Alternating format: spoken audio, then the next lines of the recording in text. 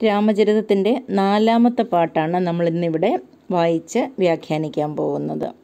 കഴിഞ്ഞ 3 പാട്ടുകളും എല്ലാവർക്കും നന്നായി മനസ്സിലായി എന്ന് വിശ്വസിക്കുന്നു. അപ്പോൾ 4ാമത്തെ പാട്ട് ഒന്ന് വ്യക്തമായിട്ട് ചൊല്ലുന്നത് നിങ്ങൾ നോക്കിയിരിക്കുക, വേർഡ്സ് മനസ്സിലാക്കുക. അതിനുശേഷം വ്യക്തമായി അർത്ഥം പറഞ്ഞു തരുന്നതാണ്. അപ്പോൾ ക്ലാസ് കേൾക്കുമ്പോൾ ഒരു കാര്യം ശ്രദ്ധിക്കുക, മുന്നോട്ടുള്ള വീഡിയോ എല്ലാവർക്കും ലഭ്യമാകുവാൻ വേണ്ടി അതിനു മുമ്പായി ചാനൽ സബ്സ്ക്രൈബ് ചെയ്യേണ്ടതാണ്. അരുവ പാതിയുരുവായ പരനെ ചരണതാരകുരുന്തുകൊടു തന്തതം നിനന്തുകൊള്ളുവർക്ക് അരിയ വൻ പിറവിയാം തുയരറുത്തു കളവോ രാജുരനാജകരനെ വിജയൻ വിൽത്തടിയിനാൽ തിരുവുടമ്പ് ഉടയുമാറഞ്ഞു വന്ന് അഭിമതം തെളുതെളുപ്പിൽ വിളയിച്ചു തെളിയിച്ച ശിവനെ അരജനാകി മധുചൂദനൻ ഇരാവണനെ വെൻ്റെ അമ്മ എനിക്ക് പുകഴ്വാൻ വഴിവരം തന്നരുളേ. കഴിഞ്ഞ പാട്ടുകളിൽ നമ്മൾ ഗണപതി സ്തുതിയും പിന്നെ ലക്ഷ്മി ദേവിയെ സ്തുതിക്കുന്നതും വിഷ്ണു സ്തുതിയും ഒക്കെയാണ് പഠിച്ചത്. ഈ പാട്ടിൽ സാക്ഷാൽ പരമശിവനെ ആണ് സ്തുതിക്കുന്നത്. നോക്കാം. അരുവ പാതി ഉരു ശരീരം, പാതി പകുതി, പാതി ശരീരം അരുവ എന്ന് പറഞ്ഞാൽ സ്ത്രീയായ പരൻ. അതായത് പാതി ശരീരം സ്ത്രീയായത് ആരാണ്? അർദ്ധനാരീശ്വരൻ, സാക്ഷാൽ ശിവൻ. ഇവിടെ അർദ്ധനാരീശ്വരനായ ഭഗവാൻ പരമേശ്വരനെയാണ് സ്തുതിക്കുന്നത്. ഇനി ചരണതാര്, ചരണം പാദം, താര് പൂവ്, ചരണതാരകുരുന്തുകൊടു തന്തതം നിനന്തുകൊള്ളുവർക്ക്, അതായത് മനസ്സിൽ അകക്കുരുന്തുകൊണ്ട് അതായത് മനസ്സിൽ എല്ലായ്പ്പോഴും എന്നുള്ള വാക്ക് തന്തതം, അതായത് സന്തതം തന്നെയാണ് തന്തതം എന്നായിരിക്കുന്നത്. സന്തതം നിനന്തുകൊള്ളുവർക്ക്, അതായത് എല്ലായ്പ്പോഴും മനസ്സിൽ അങ്ങയുടെ പാദതാര് അല്ലെങ്കിൽ അങ്ങയെക്കുറിച്ചുള്ള വിചാരം മാത്രം ഉള്ളവർക്ക്, മനസ്സിൽ സാക്ഷാൽ ഭഗവാനെ ധ്യാനിക്കുന്നവർക്ക്, അതായത് ശിവഭക്തരായ ആളുകൾക്ക് അരിയ വൻ പിറവിയാം, അരിയ ശ്രേഷ്ഠമായ, വൻ പിറവിയാം തുയർന്ന് പറഞ്ഞാൽ ദുഃഖം, വൻ പിറവിയാം തുയർന്ന് പറഞ്ഞാൽ എന്താണ്? പുനർജന്മം അല്ലേ? ജനിമരണ ദുഃഖങ്ങൾ എന്നൊക്കെ പറയുമല്ലോ, അത് തന്നെയാണ്. അതായത് ഈ പുനർജന്മം എന്ന് പറയുന്ന ദുഃഖത്തിൽ നിന്ന് മോചനം ഉണ്ടാവുക എന്നു പറഞ്ഞാൽ, ജന്മമരണ ദുഃഖങ്ങളിൽ നിന്നും മോചനം അരുളുക എന്നു പറഞ്ഞാൽ ശരിക്കും എന്താണ് അർത്ഥം? മോക്ഷം ലഭിക്കുക എന്നാണ്.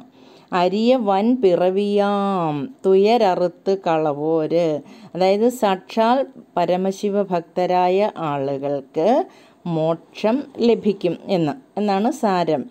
അതായത് വൻ പിറവിയാം തുയര്, അതായത് പുനർജന്മമാകുന്ന ആ ദുഃഖങ്ങളിൽ നിന്നൊക്കെ മോചനം ലഭിക്കുവാൻ, അല്ലെങ്കിൽ ജനിമരണ ദുഃഖങ്ങളിൽ നിന്ന് മോചനം ലഭിക്കുവാൻ അങ്ങയുടെ ഭക്തരായ അവർക്ക് സാധിക്കുന്നു. ഭഗവാൻ പരമശിവനെ മനസ്സിൽ എല്ലായ്പ്പോഴും നനയ്ക്കുന്നവർക്ക് മോക്ഷം ലഭ്യമാകും എന്ന് സാരം. അപ്രകാരം മോക്ഷം കൊടുക്കാൻ കഴിവുള്ള ആചുരനാശകരൻ, അസുരനാശകരൻ, അസുരന്മാരെ നശിപ്പിക്കുന്നവനായിട്ടുള്ളവനെ. അപ്പോൾ ഭഗവാൻ പരമശിവൻ്റെ വിശേഷണങ്ങളാണ് അസുരനാശകരൻ അല്ലേ? അതുപോലെ അരുവപാതി ഉരുവായ പരൻ, അർദ്ധനാരീശ്വരനായവൻ, അസുരനാശകരനായിട്ടുള്ള അല്ലയോ ഭഗവാനെ, അങ്ങയെ മനസ്സിൽ സ്തുതിക്കുന്നവർക്ക്, അങ്ങയുടെ ഭക്തരായ ആളുകൾക്ക് മോക്ഷം നൽകി അനുഗ്രഹിക്കുന്നവനെ, അങ്ങനെയുള്ള ഭഗവാനെ. വിജയൻ എന്ന് പറഞ്ഞാൽ അത് വിജയൻ. രാമചരിതത്തിലെ അക്ഷരമാല ദ്രമിഡ സംഘാത അക്ഷരമാണ് അല്ലേ? അപ്പോൾ അതിൽ ഏതൊക്കെ അക്ഷരങ്ങൾ ഉണ്ടാവില്ല?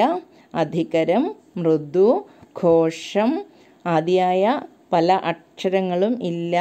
18 വ്യഞ്ജനങ്ങളും 12 സ്വരങ്ങളും മാത്രമേ ഉള്ളൂ. അപ്പോൾ ആ ദ്രമിഡ സംഘാതാക്ഷരം അത് ഉൾപ്പെടുത്തിക്കൊണ്ട് എഴുതുന്ന വരികളാണ്, വാക്കുകളാണ് ഇത്. അവിടെ വിജയൻ എഴുതാൻ ജായൊന്നും അന്നില്ല. അപ്പോൾ വിജയൻ എന്ന് പറഞ്ഞാൽ വിജയൻ തന്നെ. വിജയൻ എന്ന് പറഞ്ഞാൽ അർജുനൻ. വിജയൻ വിൽ തടിയിനാൽ, വിൽ തടി എന്ന് ഉദ്ദേശിക്കുന്നത് വില്ല് തന്നെ.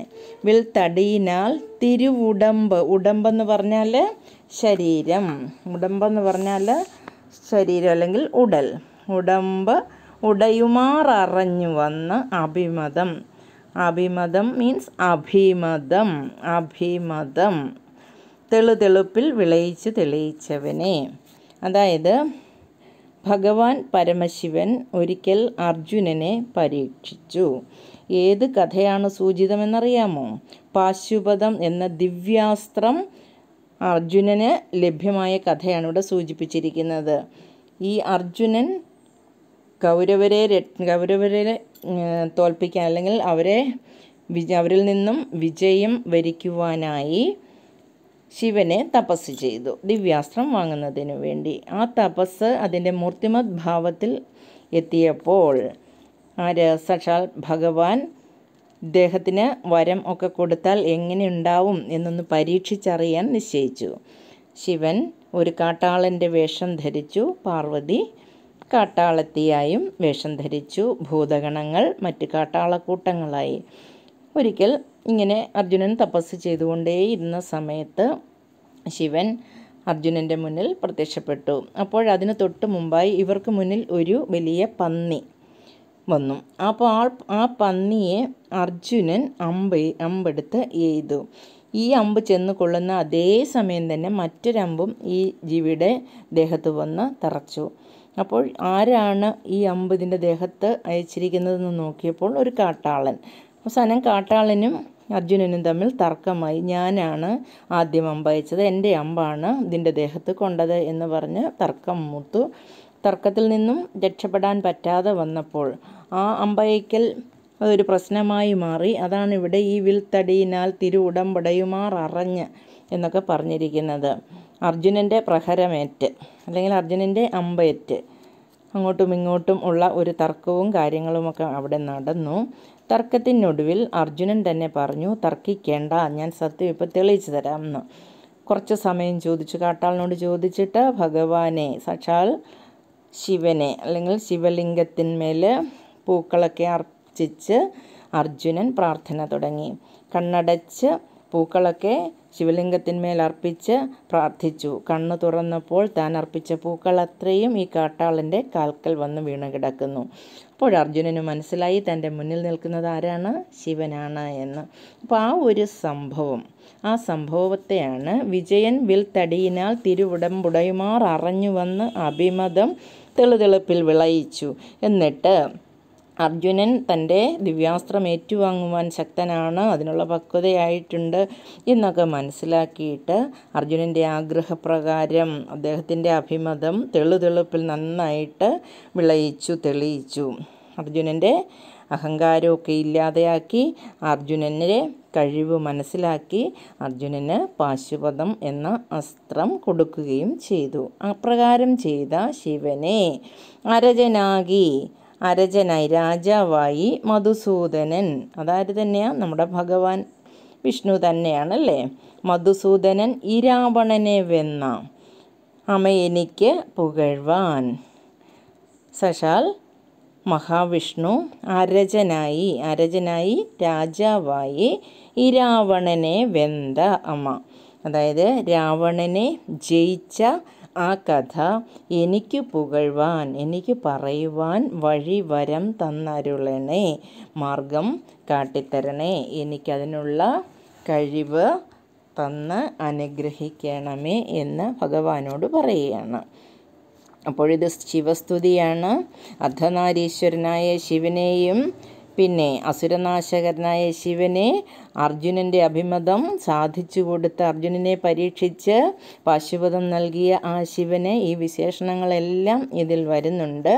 അപ്രകാരം എല്ലാ നന്മകളും ഭക്തർക്കെല്ലാ അനുഗ്രഹങ്ങളും നൽകുന്ന വൻ പിറവിയാകുന്ന തുയരറുത്ത് കളയുവാൻ ശേഷിയുള്ളവനായ ഭഗവാനെ അങ്ങ് എന്നെ അനുഗ്രഹിക്കണം. എന്തിനനുഗ്രഹിക്കണം? അരജനാകി രാജാവായി മധുസൂദനൻ ഭഗവാൻ വിഷ്ണു ഇരാവണനെ വെന്ന രാവണനെ ജയിച്ച കഥ.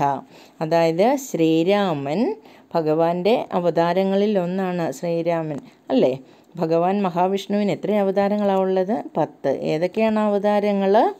മത്സ്യകൂർമ്മ വരാഹശ്ച നരസിംഹോ വാമന രാമോ രാമശ്ച കൃഷ്ണ കൽക്കി ദി തേദശ എന്നാണ് പറയുന്നത്. 10 അവതാരമുണ്ട് അതിനകത്ത് കേട്ടോ.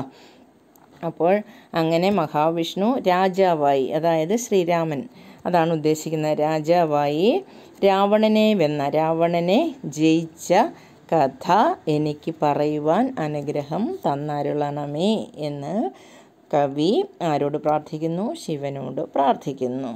അപ്പോൾ ഇതാണ് ഈ പാട്ടിൻ്റെ അർത്ഥം. അപ്പോൾ എല്ലാവർക്കും മനസ്സിലായി എങ്കിൽ അടുത്ത ക്ലാസ്സിൽ അടുത്ത പാട്ടുമായി ഞാൻ വീണ്ടും വരുന്നതായിരിക്കും.